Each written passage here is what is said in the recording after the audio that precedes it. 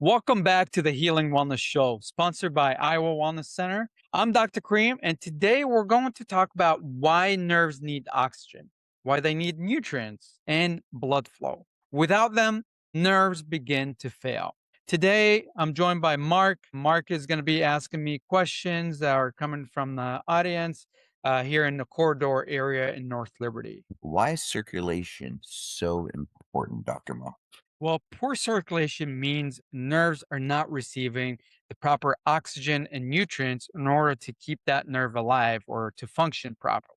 So that's why circulation is very, very important. What symptoms point toward circulation problems? Some of the main symptoms, I would say, if you're feeling cold hands and feet, that's an indication. Also, burning hands and feet, where you're like, hey, my hands feel really hot or they're burning. That's another indication as well. Cramping is another big one.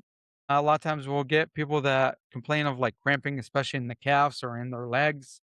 Skin discoloration. So a lot of times we'll see that the skin color is starting to turn purple or even black at times. That's really bad. It means decrease in circulation or pooling of bad circulation, and then slow healing. So if you have a cut, say for example, we'll get people that get cuts on their feet and they're infected and they're not healing. So slow healing will indicate decrease in circulation. Another one is numbness. So when people start to have numbness and it's continuous numbness, I'm not talking about, hey, I'm having numbness just for a day or two. It's continuous numbness all the time. That's indication of poor circulation. Why does oxygenation matter? Well, I mean, if you think about it, right, you're breathing oxygen, right? When you breathe it in, it gets filtered through the lungs, and then from the lungs, it takes it out and puts it in the blood. Then that circulates throughout the body, and it starts to give your body or your tissues oxygen. So oxygen is really important. So without proper oxygen delivery, nerve tissue becomes stressed and inflamed, and it starts to die off. And in return, because it's getting decreased oxygen, then the nerve activity will decrease and automatically the brain goes, well, you're not working as well. So then the heart stops pumping sufficient blood flow or oxygen delivery.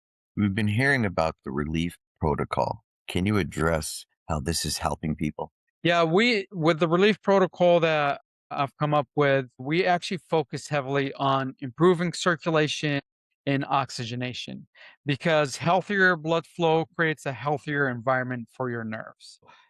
Really with the relief protocol, it's addressing the three main components to healing a nerve. Nerves are cells, just like your skin is a cell, your brain is brain cells, the heart cells, blood cells, bone cells. You've got lots of different cells. There's the simplest way to explain is there's simple cells and there's complex cells. Simple cells are going to be like your skin, right? You cut your skin, well, it takes a week or two and it's fully healed.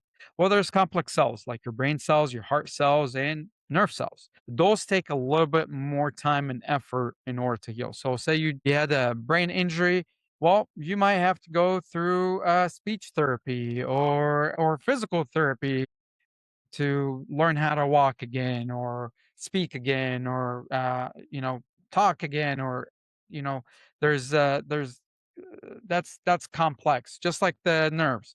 The three ingredients in the relief protocol is, hey, I need to get the nerves to fire back up again at 270 miles an hour. I need to get angiogenesis, which is basically creating micro blood vessels again for the circulation, the oxygenation. And then I need to address the metabolic, which is decreasing inflammation around that nerve so it can stop that suffocation and start to improve the environment. Next episode, we're talking about balance issues, falls, and why neuropathy becomes dangerous long before severe pain appears.